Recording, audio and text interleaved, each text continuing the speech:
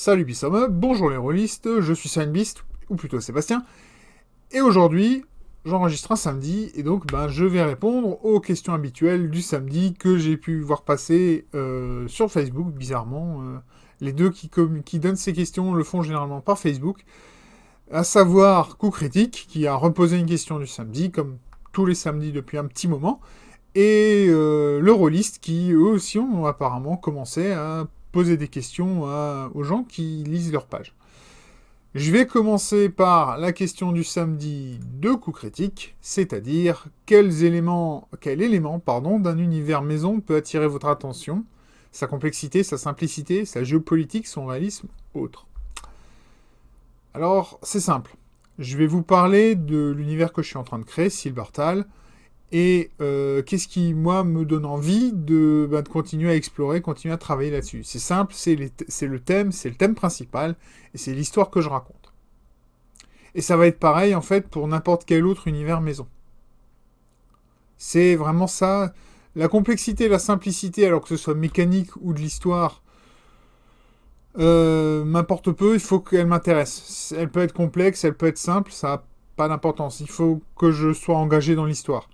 La géopolitique, pareil, c'est si la géopolitique de cet univers ne sert pas les thèmes, ne sert pas au moins l'histoire, c'est bien beau, vous avez créé une belle géopolitique, mais si ça m'intéresse. Enfin, la géopolitique n'est pas importante pour moi, pardon.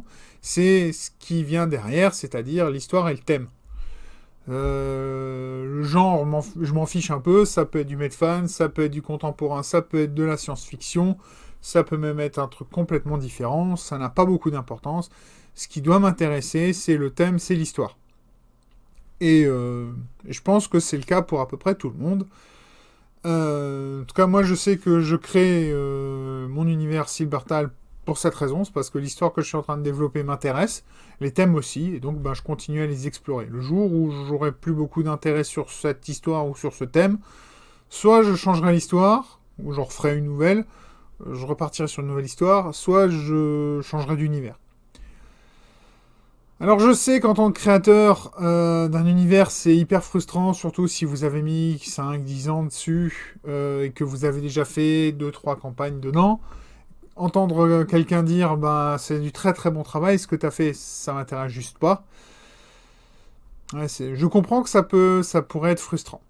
Mais je vais pas inventer un intérêt pour quelque chose si j'en ai pas. C'est comme ça. Pour moi, c'est vraiment les thèmes et l'histoire qui vont me donner envie. C'est pour ça que j'avais vachement accroché sur Warsaw. C'est pour ça que j'ai vachement accroché sur Star Trek.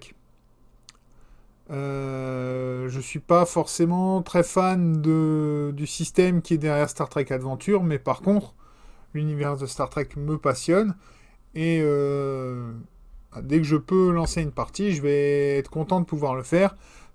Le plus difficile quand on joue du Star Trek, c'est de trouver des joueurs qui sont dans le même trip. Mais c'est pas la question. On revient à la question. La question c'est qu'est-ce qui attire mon attention sur un univers. Je l'ai dit, c'est l'histoire, c'est le thème. Je vais pas me bloquer sur un genre, puisque on peut facilement passer du medfan, enfin de la fantasy, du fantastique, de la fantasy, pardon, ouais, à la science-fiction. Surtout si on n'est pas dans la science-fiction hard science. On peut assez facilement passer de l'un à l'autre. C'est juste les sources de pouvoir qui ont changé. Les effets peuvent plus ou moins rester les mêmes. Donc voilà, ce qui va compter, c'est vraiment ça. C'est le thème, c'est l'histoire. Si j'arrive pas à m'impliquer là-dedans, il y a très peu de chances que je reste à une table qui parte sur un univers maison. C'est d'ailleurs pour ça que Pathfinder, Donjons et Dragons, j'ai jamais eu beaucoup d'intérêt pour leur univers, parce que leur univers étant hyper générique, parce qu'il doit pouvoir servir de terrain de jeu, de bac à sable, pour plein d'histoires différentes. Au niveau de l'univers, il n'y a pas grand-chose. Par contre, certaines régions vont me parler plus que d'autres. C'est généralement le cas dans ce genre d'univers. C'est chaque région a son thème, chaque région a un peu ses histoires, Et c'est ça qui va devenir intéressant. Le monde en général, j'en ai pas grand-chose à faire. Et je pense que ça doit être le cas pour 90% des joueurs de Donjons et Dragons, de Pathfinder et des grands univers comme ça. Ça l'est peut-être moins, par exemple, pour White Wolf, pour l'univers, tout ce qui est vampire, loup-garou et tout ça. Parce que ceux-là ont des thèmes qui sont au centre de leur univers, au centre de leur histoire. Et l'univers est peut-être un peu plus petit. Même si c'est un monde entier. Voilà. Excusez-moi. Donc voilà, en tout cas, c'est comme ça que moi je vois la chose. Je pense que j'ai couvert cette question, du moins pour moi, en long, en large et en travers. Si je continue à développer, je vais tourner en rond et je vais saouler tout le monde. Donc je vais passer à la question de la boutique Le Rolliste, à savoir, MJ, comment gérez-vous le départ d'un joueur? Elle n'est pas facile cette question.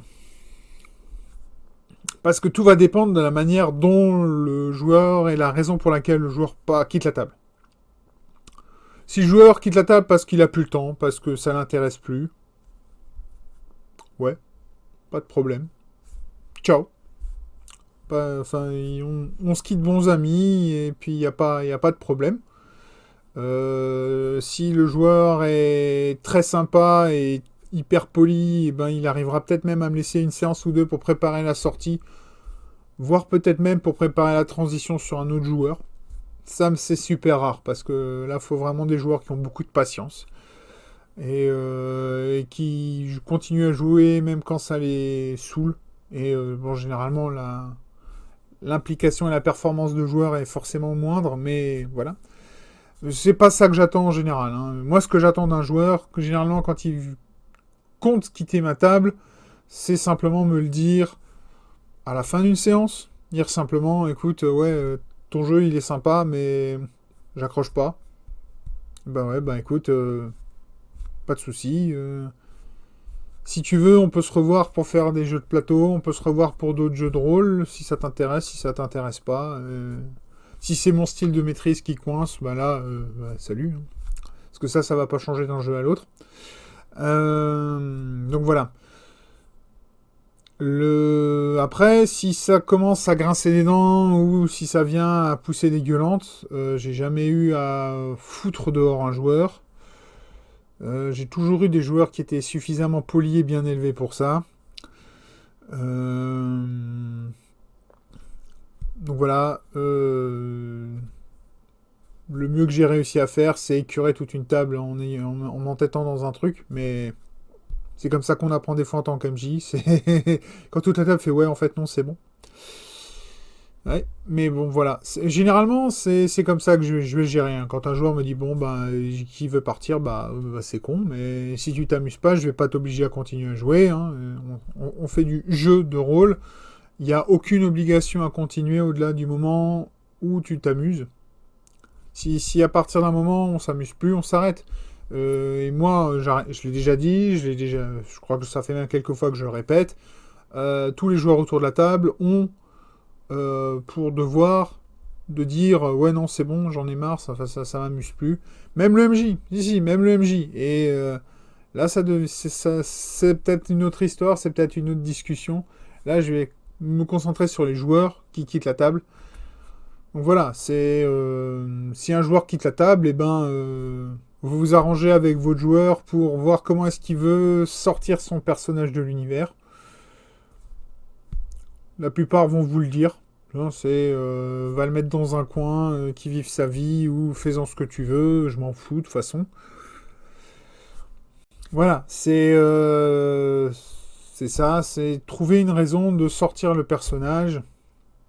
Ça peut être une blessure grave qui fait qu'il arrête sa vie d'aventurier, parce qu'après tout, il peut se passer des choses, et si on n'est pas dans un univers technologiquement avancé, se remettre de certaines blessures, ça peut être compliqué, même quand la magie est en jeu. Ou bien il a simplement pas envie. Voilà. Pareil, l'autre histoire qui peut arriver, qui moi me paraît très logique, c'est un perso qui survit, enfin qui se bat, qui meurt, qui est ressuscité.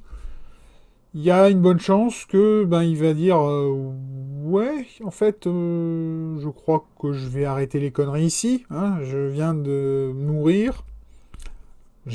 Par chance, mes compagnons ont été assez sympas pour me ressusciter. Je vais rembourser ma dette parce que généralement, une sorte de résurrection, c'est pas gratuit. Et puis, ben, je vais utiliser cette deuxième vie pour faire quelque chose de plus productif que de courir les donjons et être un aventurier.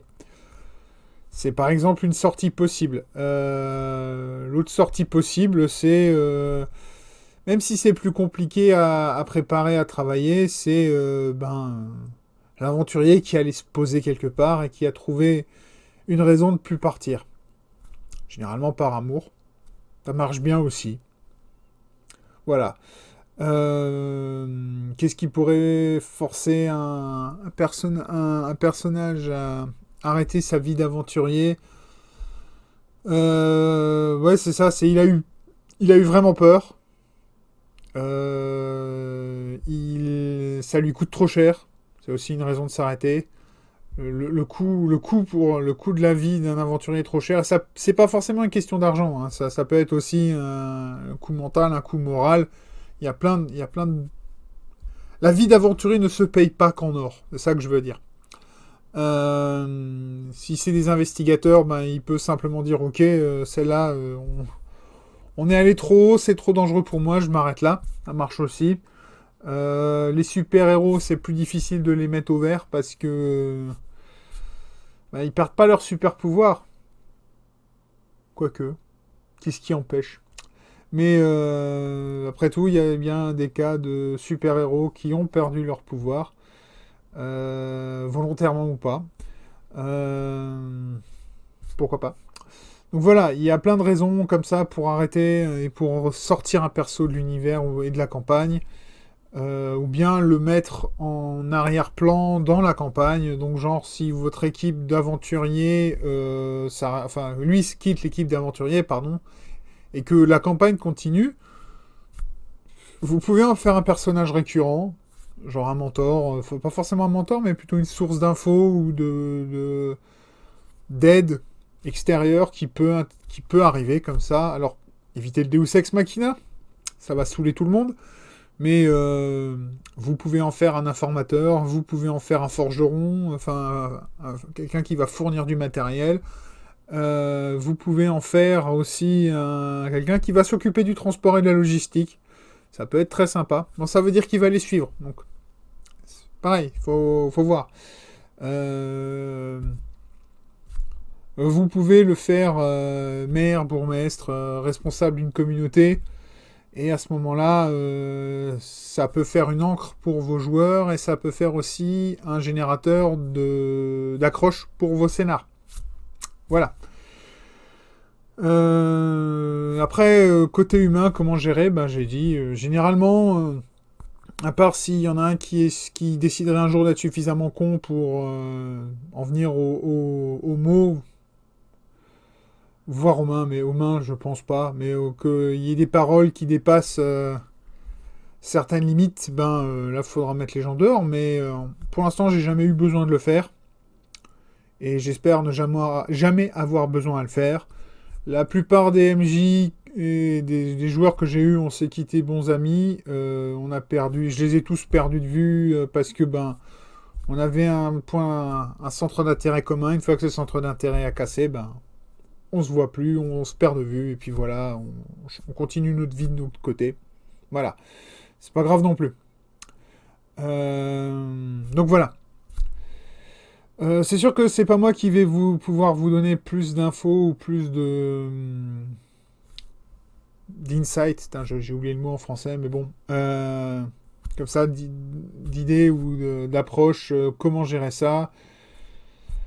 Si vous devez mettre un joueur dehors, faites-le comme un licenciement, dites-le franchement. Ça sert à rien de tourner autour du pot. Si la personne décide de réagir mal, elle réagira mal. Vous pouvez pas l'empêcher en fait. Quelle que soit la manière que vous prenez, si elle veut le prendre mal, elle le prendra mal.